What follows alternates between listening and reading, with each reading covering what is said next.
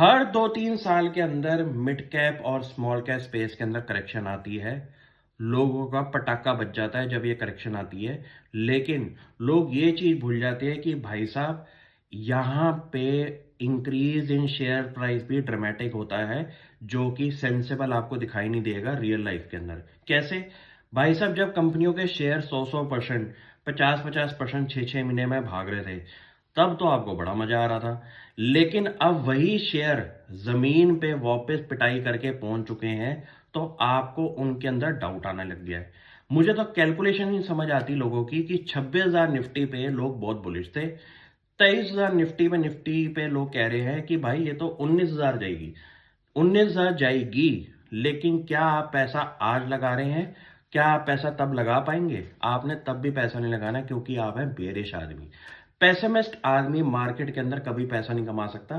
पैसा बनता है सिर्फ ऑप्टिमिज्म के अंदर। और ऑप्टिमिज्म आपकी 21,000 पे भी हो सकती है, ऑप्टिमिज्म आपकी 22,000 पे भी हो सकती है, ऑप्टिमिज्म आपकी 23,000 पे भी हो सकती है। लेकिन ऑप्टिमिज्म का ये मतलब नहीं कि शेयर आपने बिल्कुल लो पे खरीदे और 10% पे निकल गए। भाई साहब होल्डिंग पावर रखना बहुत जरूरी है इस मार्केट के अंदर। क्यों? क्योंकि ये हो सकता है कि आप बॉटम के अंदर मार्केट में घुस जाए, लेकिन ये भी तो हो सकता है कि आप बॉटम में घुसे लेकिन पहले 10% में निकल गए। आदमी वही सक्सेसफुल है जो अपने पोर्टफोलियो पे ऐसे फॉल के अंदर बिल्कुल टॉप तक का वेट करे, जो कि था 26,200 का निफ्टी का।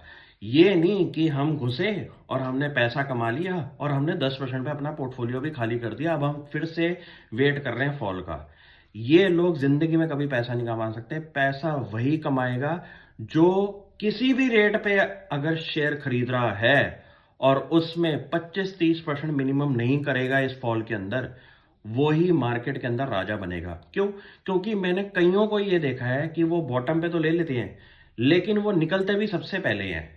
आदमी वही सक्सेसफुल है, चाहे वो 200 की चीज 150 पे ले या 100 पे ले, लेकिन उसने अगर उसका टॉप 300 का देखा है और कंपनी के फंडामेंटल वहां तक सेम जा रहे हैं, तो वो 300 नहीं जाएगी, वो भाई साहब 400 जाएगी, वो जाएगी 500। लेकिन ऐसा नहीं कि आपने 100 पे लिया और 115 पे निकल गए। ऐसे तो आप कभी भी वेल्थ क्रिएशन नहीं करेंगे। वेल्थ क्रिएशन वही बंदा करता है जो अपनी कन्विक्शन पे काम करे। कन्विक्शन का मतलब ये नहीं है कि 10-20% पे आपने निकाल दिया। कन्विक्शन का ये मतलब है कि आपने अगर बॉटम पे जाके उस शेयर को खरीद रहे हो, 50-50% की डिक्लाइन पे उसको खरीद रहे हो, तो भाई साहब वापसी पे तो वो अपना ऑल टाइम हाई भी तोड़ेगा। क्यों? क्योंकि कंपनी अगर 100 करोड़ कमा रही थी और फ्यूचर में जाके वो 150 करोड़ कमा रही है, तो भाई वो टॉप तो तोड़ेगा ही तोड़ेगा। यही कैलकुलेशन पे आप अपना 5-10 मिनट लगाएं इस वीडियो के बाद और सोचें समझें क्या मैं बोल रहा हूं।